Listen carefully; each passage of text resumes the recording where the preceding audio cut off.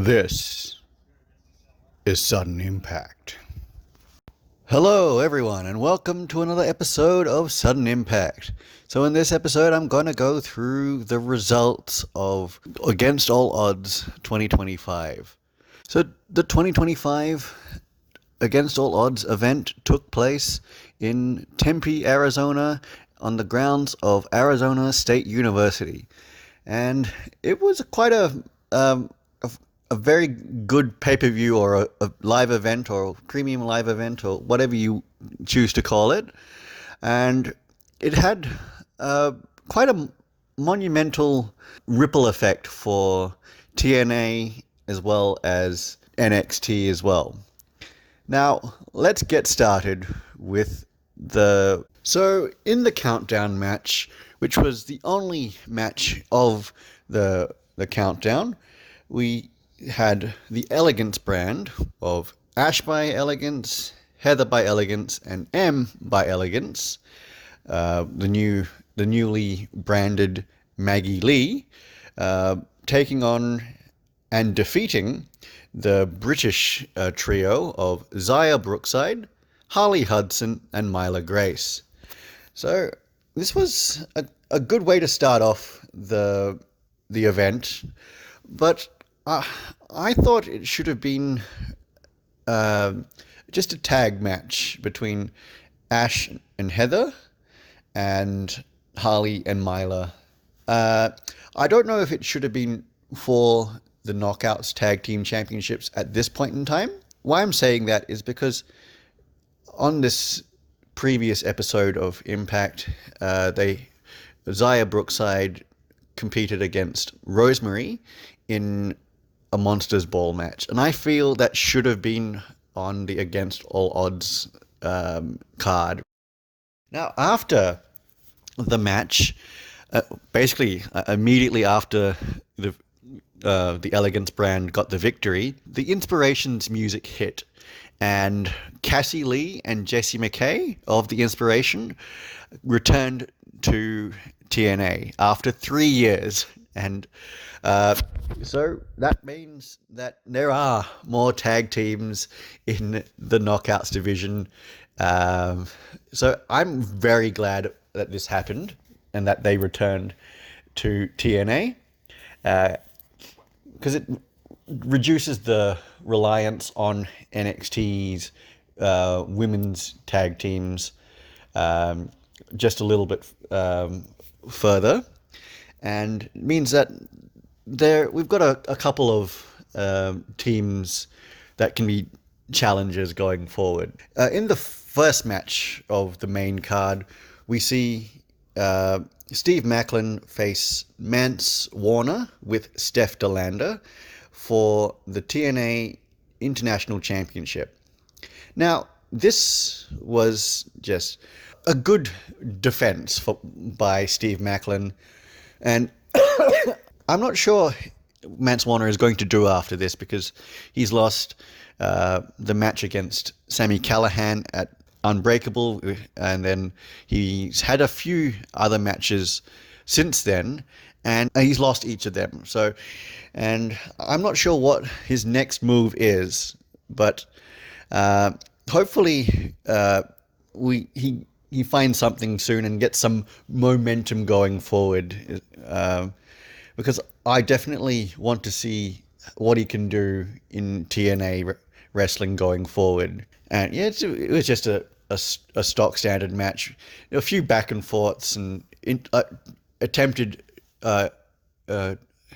interference spots by Steph DeLander, but ultimately Steve Maclin was just too strong and was able to withstand all of those attempts at Steph DeLander's interference. Okay, so now the next match was the 8-man tag team match between the Hardys and Leon Slater and a mystery partner of their choosing, taking on the System of Moose, JDC, Eddie Edwards, and Brian Myers, with Alicia Edwards accompanying them to ringside. Now, the System came out to the ring first, and basically and then the Hardys and Leon Slater made their entrance as well. And then they revealed that their partner was from Tempe, Arizona, and that he was the hometown man. Now, the music hit, and the hometown man came out. Now, I'm not sure if you've seen this, but if you have, the commentary team was saying that it was just Cody Deaner in a mask. I don't think that is the case, because you've seen that how this plays out currently in WWE with El Grande Americano and Chad Gable. They are two different people, okay? So I'm wanting to say that Hometown Hero or Hometown Man and Cody Deaner are two different people until the Hometown Man is unmasked. I'm going to say that those two are two different people. Nonetheless, it was just a fantastic match, non-stop action, and for most of the match, the Hometown Man was getting more cheers from the crowd than the Hardys were, and anyone else in that match. So he was just so over in that match. I'm not sure who he is, but when he chooses to reveal who he is, if he does, I'm going to say, yes, you deserved all of those cheers. Now, the next match is Mustafa Ali facing his Order 4 teammate, or in Jason Hotch. Jason Hotch was standing up for Tasha Steelz when Mustafa Ali was mistreating her in the previous weeks of Impact, and basically since Ali lost that match against Mike Santana. So I'm just saying that I like Jason Hotch's principles, and I believe that he was doing the right thing. Of course, Mustafa Ali won this match because he had John Skyler and Tasha Steelz basically forced into roles where they were actually having to side with him. But during the match, both Tasha Steelz and John Skyler seemingly turned on Mustafa Ali and aligned with Jason Hotch. Even though that this happened,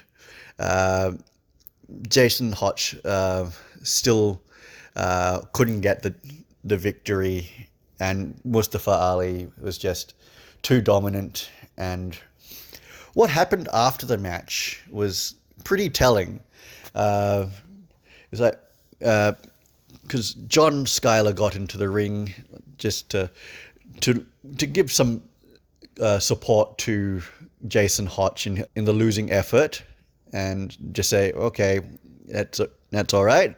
And then he helped Jason Hotch up in the ring, and then Mustafa Ali extended his hand as a show of respect. And then when Hotch went to shake it, Mustafa Ali just walked away.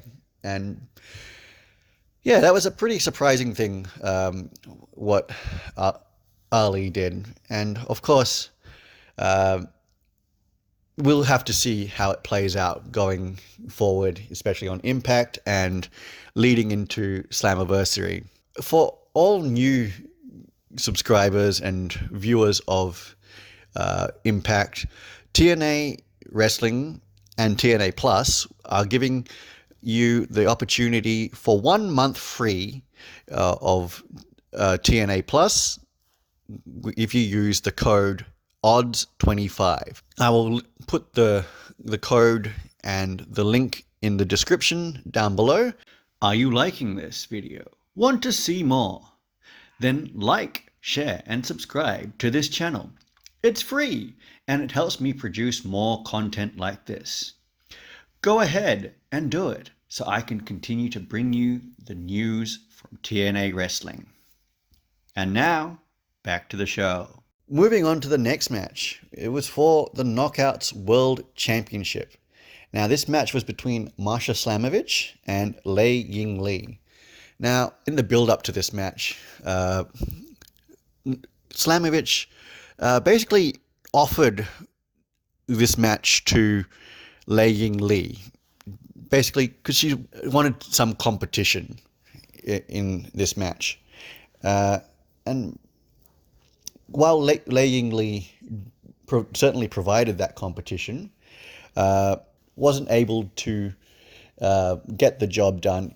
Now, that is no fault of her own. She did put up a very good performance against Masha Slamovich, but of course, Masha Slamovich is basically on another level, especially in amongst the Knockouts division. Yeah, and basically, immediately after this match, again, we saw the return of Killer Kelly, who had a major history with Masha Slamovich. First of all, being involved in a really heated rivalry involving a dog collar chain match, and then also teaming with Slamovich in MK Ultra, and that dog collar or chain being the focal point of their mutual respect for one another.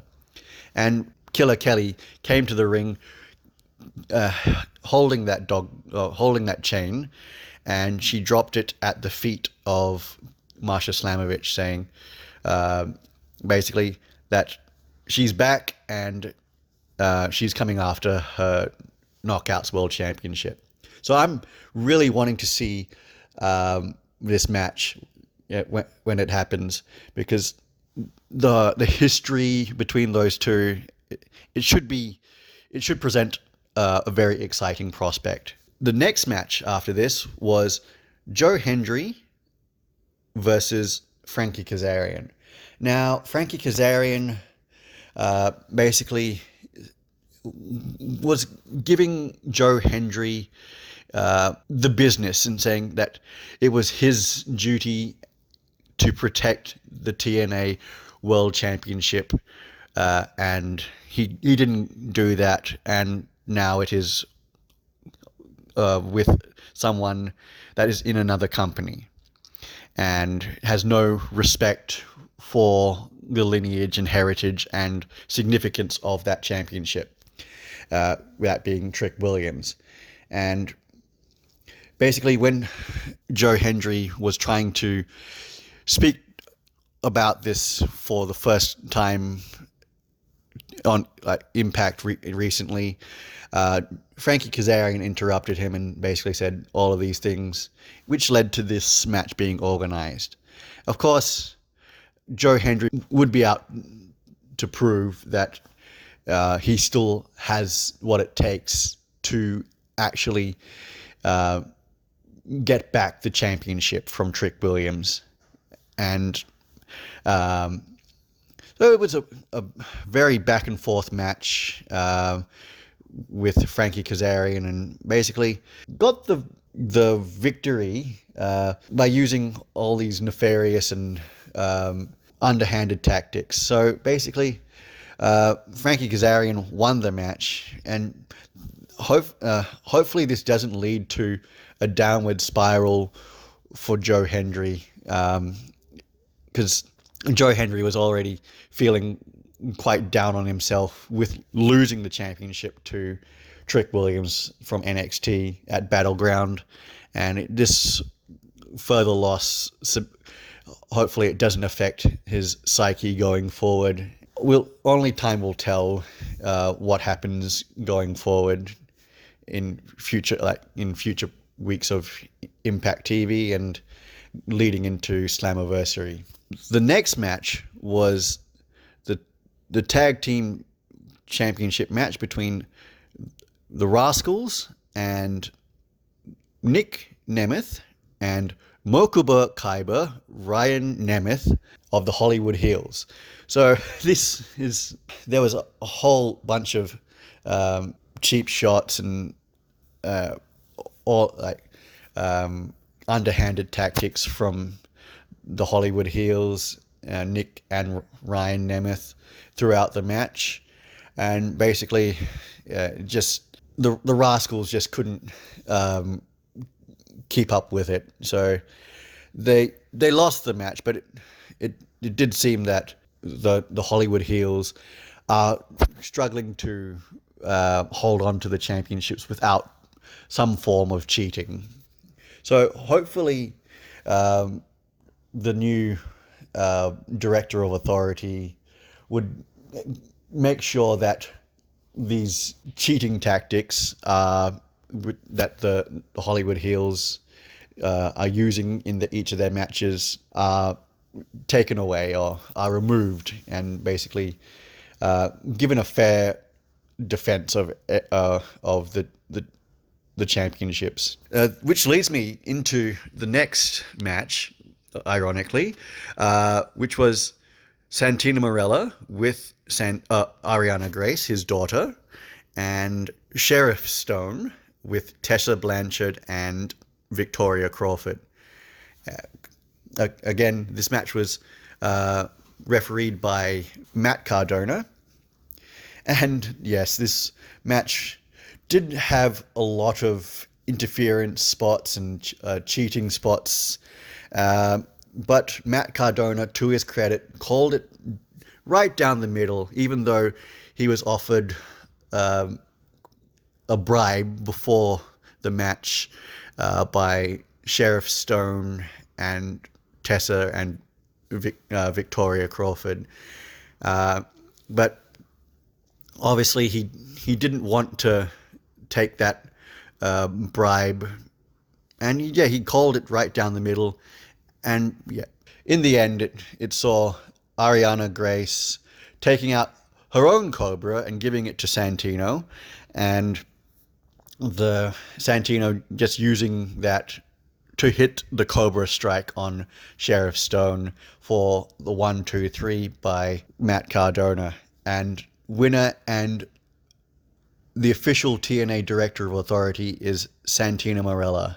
And for the final match, it was for the TNA World Championship, which saw Trick Williams defend against Elijah. This match came about as a result of the previous week's episode of NXT, where Elijah was in the audience cheering on Mike Santana when he was challenging for the TNA World Championship from Trick Williams. Unfortunately, Santana was unsuccessful due to the interruption by a First Class, and which led to Elijah challenging for the championship. And basically, it was a fairly back and even match up until the point where, again, AJ Francis of First Class appeared at ringside to a chorus of boos, no doubt, and basically got involved with the match again to basically protect the championship for Trick Williams. Yeah, that was all of the matches, guys. Let me know what you all think of the matches, and yeah, basically like, share, and subscribe to this channel. Comment down below your thoughts, and ring the bell for notifications on new videos.